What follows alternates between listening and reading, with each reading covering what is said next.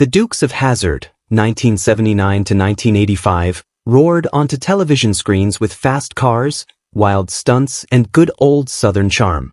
With the General Lee flying through the air and the Duke boys always one step ahead of the law, the show became an instant hit and a pop culture phenomenon. Behind the high-octane action and laughs was a cast of unforgettable characters who made Hazzard County feel like home. But as the years have rolled on, some of those beloved stars have sadly passed away, leaving behind cherished memories and heartbreaking losses. In this tribute, we honor the actors who brought the Dukes of Hazzard to life and reflect on their lasting legacy in one of TV's most iconic series. Denver Pyle, who portrayed Uncle Jesse Duke in The Dukes of Hazzard, was 59 years old when he took on the role of the wise, kind-hearted patriarch who acted as the moral compass of the rambunctious Duke family. Known for his gravelly voice and deep Southern charm, Pyle became a beloved figure on the show. Behind the scenes, however, his life was marred by a series of personal sorrows. Married only once to Marilee Carpenter in the 1950s, their union was strained and eventually dissolved due to his demanding career and long absences on set. They had 2 sons, David and Tony, though Pyle remained somewhat distant from them, often lost in his work. After The Dukes of Hazzard, his career slowed significantly, relegating him to minor guest roles and voice work. He quietly battled lung cancer for several years before succumbing to the illness in 1997 at age 77. Pyle rarely spoke about the lingering depression he experienced following the loss of his brother in a tragic car accident, the collapse of his marriage, and the estrangement from one of his sons. Despite these tragedies, he remained active in charity work and left behind an estate estimated at $5 million, a result of savvy real estate investments late in life.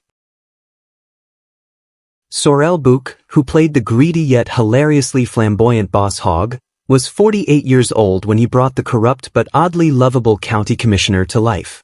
His over-the-top performance and signature white suit made him an unforgettable character. In stark contrast to his boisterous screen persona, Bouc lived a lonely and deeply private life. Twice divorced, his first marriage to Miranda Knapp produced a daughter, Julia, but ended after just 4 years due to his obsessive focus on work.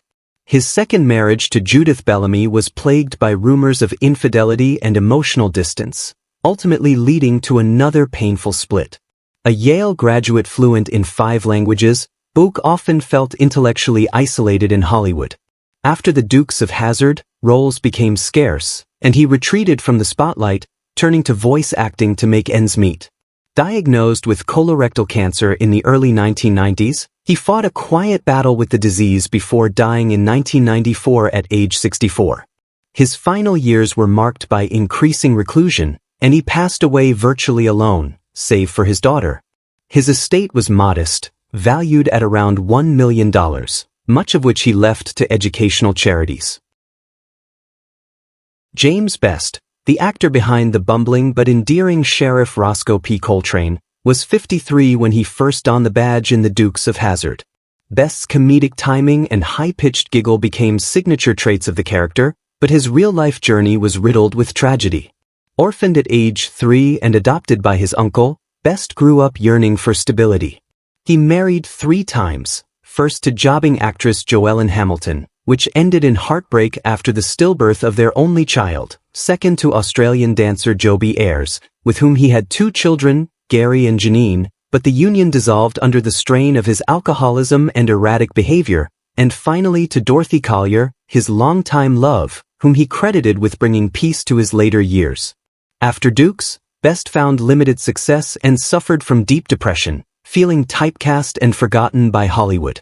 He turned to painting and teaching drama as outlets for his creativity. He passed away in 2015 at age 88 from complications of pneumonia. His estate, bolstered by years of art sales and smart investments, was estimated at $2.5 million.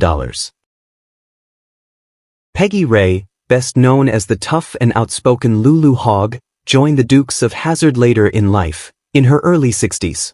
Her portrayal of Boss Hogg's wife offered a refreshing dose of strength and wit amid the series' slapstick antics.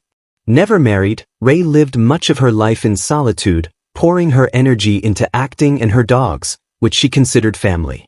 Her single long-term relationship, with a writer named Elaine Michaels, ended quietly in the 1970s after years of secrecy and social pressure.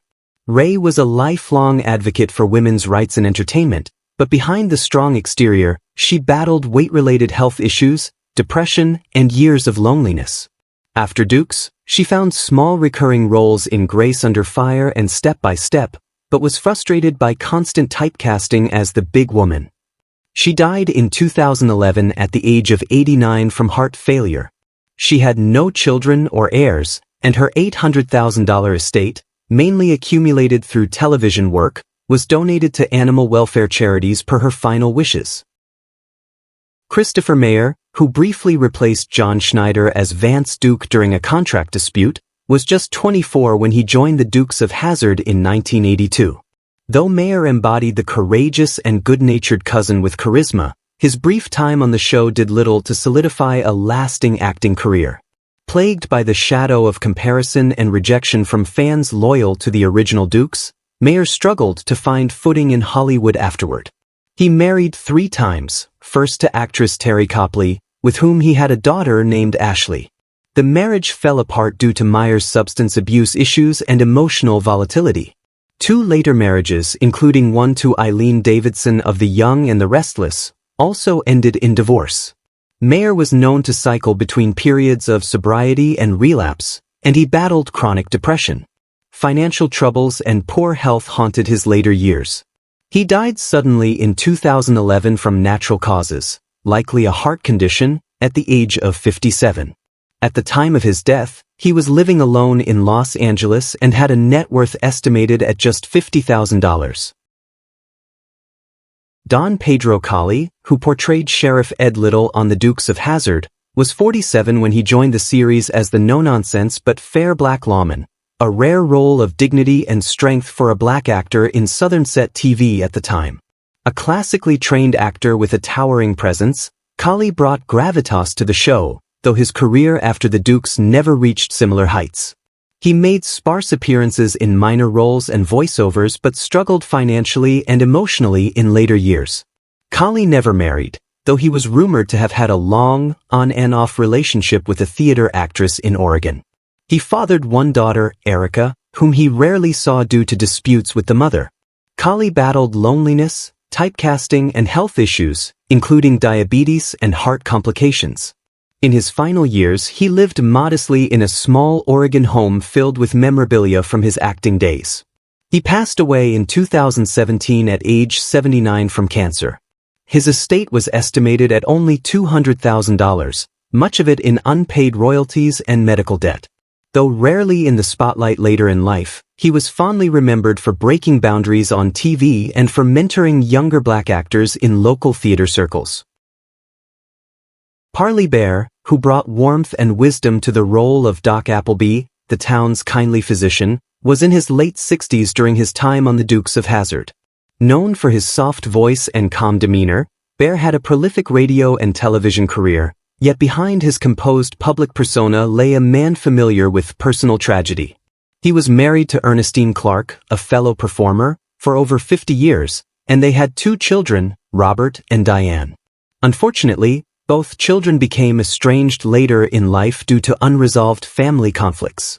Baer suffered through the death of his son in the early 90s, which deeply impacted his health and emotional well-being. He retired from acting shortly thereafter and spent his later years isolated, consumed by grief and a sense of fading relevance in the industry he once loved. He died in 2002 at age 88 from complications following a stroke. Despite his lengthy career, Baer's estate was modest, valued around $500,000, most of it in pension savings and residuals from decades-old radio and TV work. His legacy endures through reruns and the warmth he brought to every scene. Ernie Lively, who made appearances as Longstreet B. Davenport and in guest roles on the Dukes of Hazzard, was a rugged, dependable character actor in his 30s during filming. Off-screen, he was the patriarch of an acting family, most notably the father of actress Blake Lively. Married to talent manager Elaine Lively, Ernie adopted her children and had 2 more, including Blake and Eric. Although he often played strong, resilient roles, his life was filled with struggle. He dealt with chronic heart problems, requiring a groundbreaking heart procedure in 2013. Despite a solid body of work in film and television, Ernie never achieved true stardom and often felt overshadowed by his daughter's meteoric rise. This led to feelings of inadequacy and depression in his later years. He died in 2021 at age 74 from cardiac complications. Though surrounded by family at the end, he privately wrestled with fears of being forgotten as just Blake's dad.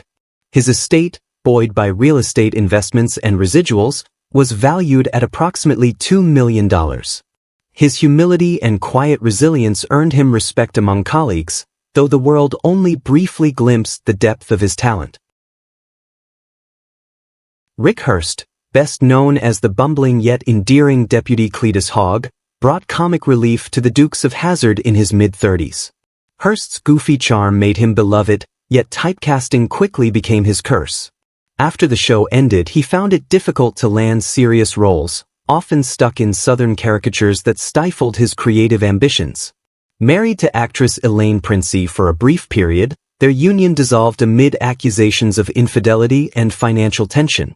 They had one son, Ryan, who later became a successful actor, but their relationship remained strained due to Rick's long absences and struggles with alcohol. Rick spent his later years doing fan conventions and low-budget projects, plagued by health issues, including severe arthritis and early-stage dementia. Despite a cheerful persona in public, he privately lamented his fall from mainstream relevance. Hurst passed away in 2022 at the age of 76. At the time of his death, his estate was estimated at $300,000, mostly from autograph sales and residual checks. Though his final years were marked by decline, he was remembered warmly by fans and co-stars as the heart of Hazzard's comic soul. Clifton James, who appeared as the stern sheriff Lester Crabb, was already a seasoned actor in his late 50s during his time on the Dukes of Hazzard. Known for his gravelly voice and commanding presence, James had a long list of credits in both film and television, including roles in Cool Hand Luke and James Bond films. Despite his gruff exterior, he struggled with personal grief. His wife Laurie passed away from cancer in the mid-80s, leaving him a widower with 6 children to raise. 2 of his sons became estranged due to disputes over inheritance and family business matters. A daughter, Amy, battled drug addiction for years, adding to James's private heartache. In his final decade, he lived in Oregon, relying on a small pension and Social Security, as most of his acting fortune had been lost in failed investments during the 1990s. He died in 2017 at the age of 96 from complications of diabetes. His estate was modest, valued around $400,000, with most of it tied up in property. Though never flashy, James left a legacy as a consummate character actor whose strength on screen hid a lifetime of personal hardship. Dick Sargent, who took on the role of Ace Parker in The Dukes of Hazzard, was 49 years old when he played the suave and slick Parker, a charming yet cunning character often entangled in the show's morally gray storylines. Though his screen presence was magnetic, Sargent's personal life was marked by struggle and quiet tragedy. He never married and came out publicly as gay in the early 90s, a bold move for the time, especially in conservative Hollywood circles. While he had a long-term partner, their relationship faced strain due to the actor's health issues and Sargent's own battles with depression. He was diagnosed with prostate cancer in the early 1990s and later succumbed to the illness in 1994 at the age of 64. Despite his acting success, his post-Dukes career floundered, and he was often typecast or rejected due to his sexuality. He faced financial hardship in later years, with his net worth dwindling to around $250,000 at the time of his death. Sargent devoted his final years to AIDS advocacy and supporting LGBTQ+ youth, attempting to turn his own pain into purpose. He passed away quietly in Los Angeles, surrounded by a few close friends, but never truly felt accepted by an industry he helped shape. George Murdoch, who guest-starred as Tom Colt and other hard-edged roles in The Dukes of Hazzard, was 48 when he brought his signature authoritative intensity to the screen. Known for his piercing eyes and stoic demeanor, Murdoch portrayed characters who often clashed with the Duke family, but always with a sense of depth. Off-screen, his life was plagued with loneliness and detachment. He never married, claiming the demands of his career left no room for love. Despite appearing in numerous films and television series, Murdoch often felt overlooked and dismissed as a character actor unworthy of stardom. He lived alone for most of his life, estranged from his siblings after a bitter inheritance dispute in the 1980s. His final years were marked by declining health and increasing isolation. He died in 2012 at age 81 due to complications from cancer. At the time of his death, his net worth was modest, around $600,000, with much of it tied up in a rent-controlled Los Angeles apartment and vintage memorabilia. Though largely forgotten by the industry, a few loyal fans remembered him fondly for his powerful, commanding performances. Sandy Ward, who portrayed Sheriff Dillard in The Dukes of Hazzard, was 52 when he stepped into the boots of the tough but fair-minded lawman. Ward brought a rugged sincerity to the role, reflecting his own blue-collar roots. Yet beneath the sheriff's no-nonsense demeanor lay a deeply troubled personal life. He was married twice, first to stage actress Lorraine Marks, with whom he had 2 children, Matthew and Rachel. The marriage ended bitterly in divorce after a decade, amid rumors of infidelity and alcoholism. His second marriage to production assistant Donna Weaver lasted only 5 years and ended quietly. After The Dukes of Hazzard, Ward's acting opportunities sharply declined. He worked odd jobs to make ends meet, including teaching acting classes and voiceover work.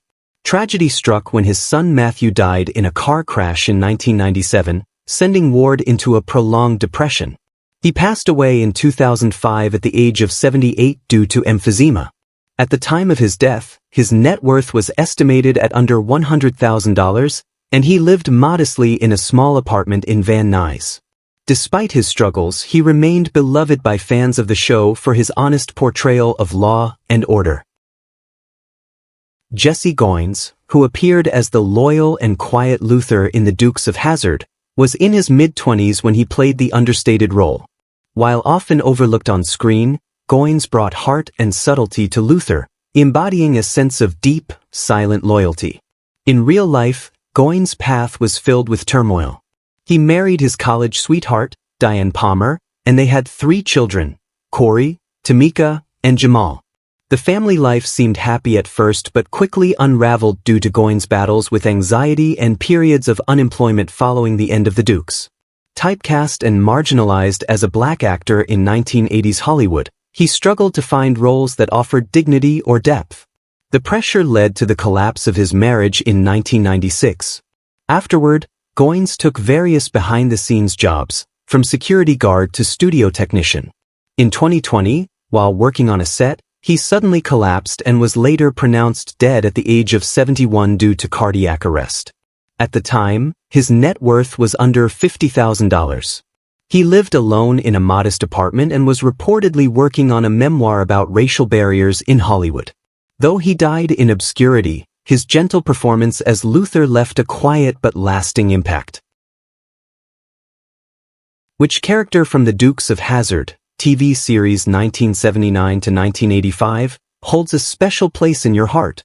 How does it make you feel knowing that some of the beloved cast members are no longer with us? We'd love to hear your thoughts. Feel free to share them in the comments below. If you've been enjoying this content, please like the video, subscribe to the channel, and hit the notification bell so you never miss an update. Thank you for watching.